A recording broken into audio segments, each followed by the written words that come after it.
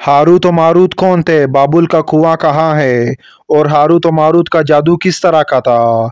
ये वो पुरअसरार सवाल है जिनके जवाब तो बहुत है और लिखने वालों ने भी बहुत कुछ लिखा है, लेकिन उन किस्से कहानियों में हकीकत को तलाश करना गहरे समंदर से मोतियां निकालने के बराबर है। हारूत और मारूत के मुतालिक बुनियादी तौर पर दो तरह की रिवायतें मिलती है। एक वो जो कुरान और हदीस और ताबईन के अक़वाल में मौजूद है, और दूसरी वो जो तौरेत व अंजील और इसराइली रिवायतों में आती है, जबकि उन इसराइली रिवायतों को बेशतर उलमा व मौरिखीन ने तायीद की है।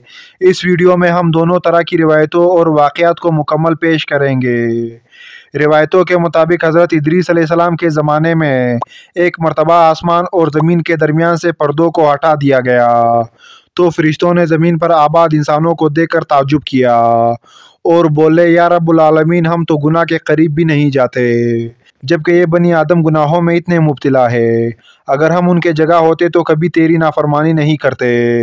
अल्लाह ने इरशाद फरमाया, इंसानों को गुस्सा और शहवत दी गई है, अगर ये चीज़ें तुम्हें दी जाए तो तुम भी इसी तरह गुनाह में मुलविस हो जाओगे।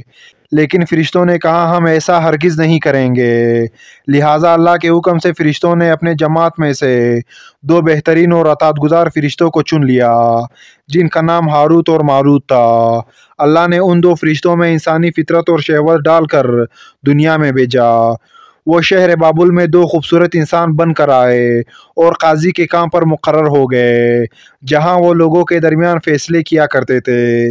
एक दिन उनके पास एक औरत अपना मुकदमा लेकर आई और कहा कि उसका शौहर उसे बहुत परेशान करता है।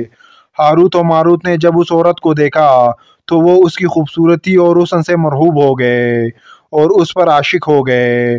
उन्होंने उस औरत से ज़िना की ख्वाहिश की, तो औरत ने उनसे कहा कि तुम्हारी ये ख्वाहिश मैं तब ही पूरी करूँगी जब तुम बुत की पूजा करो, शराब पियो या मेरे खावंद को कत्ल कर दो। हारूत और मारूत ने शराबनोशी को छोटा गुनाह समझकर पी लिया और नशे के मस्ती में दो और कबीरा गुनाह कर बैठे। उस औरत ने उनसे आसमान पर चढ़ने का अमल भी सीख लिया, जिसके ज़रिया वो आसमान पर जाते थे। जब औरत इस अमल के ज़रिए आसमान पर गई तो अल्लाह के हुक्म से उसे सितारे के शक्ल में मस्त कर दिया गया। चूँकि उस औरत का नाम ज़ोरा था, इसलिए वो सैयारा ज़ोरा कहलाया, जिसे आज वेनिस कहते हैं। इस गुनाह की वजह से हारूत और मारूत खुद वो इसमें आज़म भूल गए जिसे पढ़कर वो आसमान पर जाते थे, और बतौर सज़ा उन्हें बाबुल के कुएं में उल्टा लटका दिया गया, जहां वो ता क़यामत यूं ही कैद रहेंगे। ये एक इसराइली रिवायत है, जिसे इमाम इब्न कसीर और फ़खरुद्दीन राज़ी जैसे मुफस्सिरीन अफसाना और मनगढ़ंत कहानी करार देकर सख्ती से रद्द कर देते हैं। वहीं इमाम सयूती जैसे उलमा इस रिवायत को मस्तंद मानते हैं।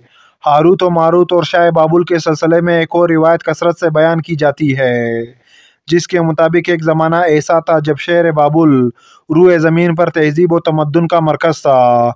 यहाँ के लोग बातिल खुदा की पुरसतिश किया करते थे। ये लोग अपनी किस्मत उनसे वाबस्ता समझते थे, इसलिए इल्म नजूम और इल्म फ़ल्कियात में बड़े माहिर थे।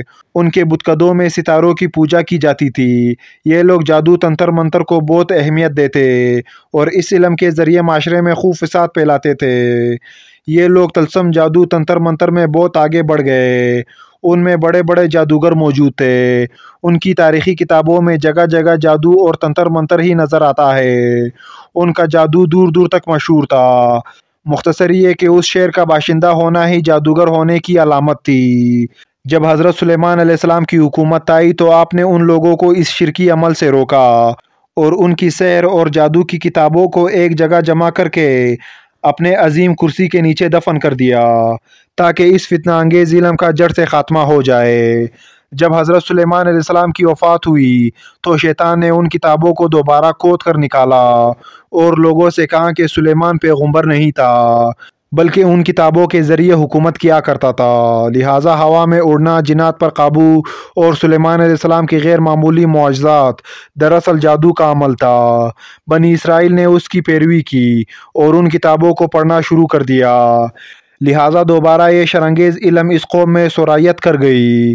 अल्लाह ने सुलेमान अलैहिस्सलाम पर लगाए गए इल्ज़ाम और तोहमत की नफ़ी करते हुए सूरह बकरा में फरमाया है, और उन्होंने उस चीज़ की पैरवी की جو شیطان سلیمان کے بادشاہت کے وقت پڑھتے تھے، اور سلیمان نے کفر نہیں کیا تھا لیکن شیطانوں نے ہی کفر کیا۔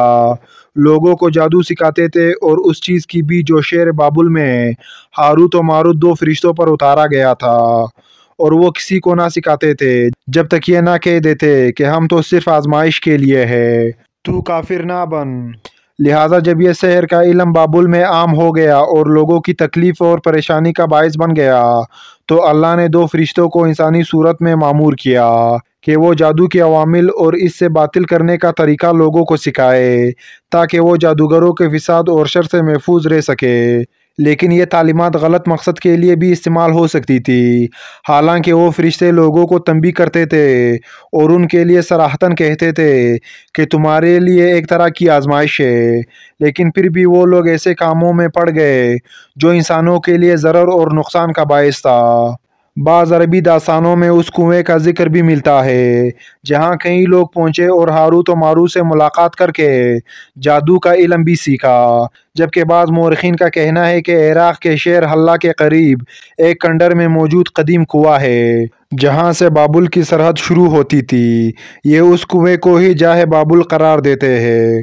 بہرحال اس واقعے سے یہ سبق ملتا ہے کہ سسلی اور جادو ایک شرکی عمل ہے، مگر یہ کہ اس کا استعمال فساد اور شرپسندی کے خاتمے کے لیے کی جائے۔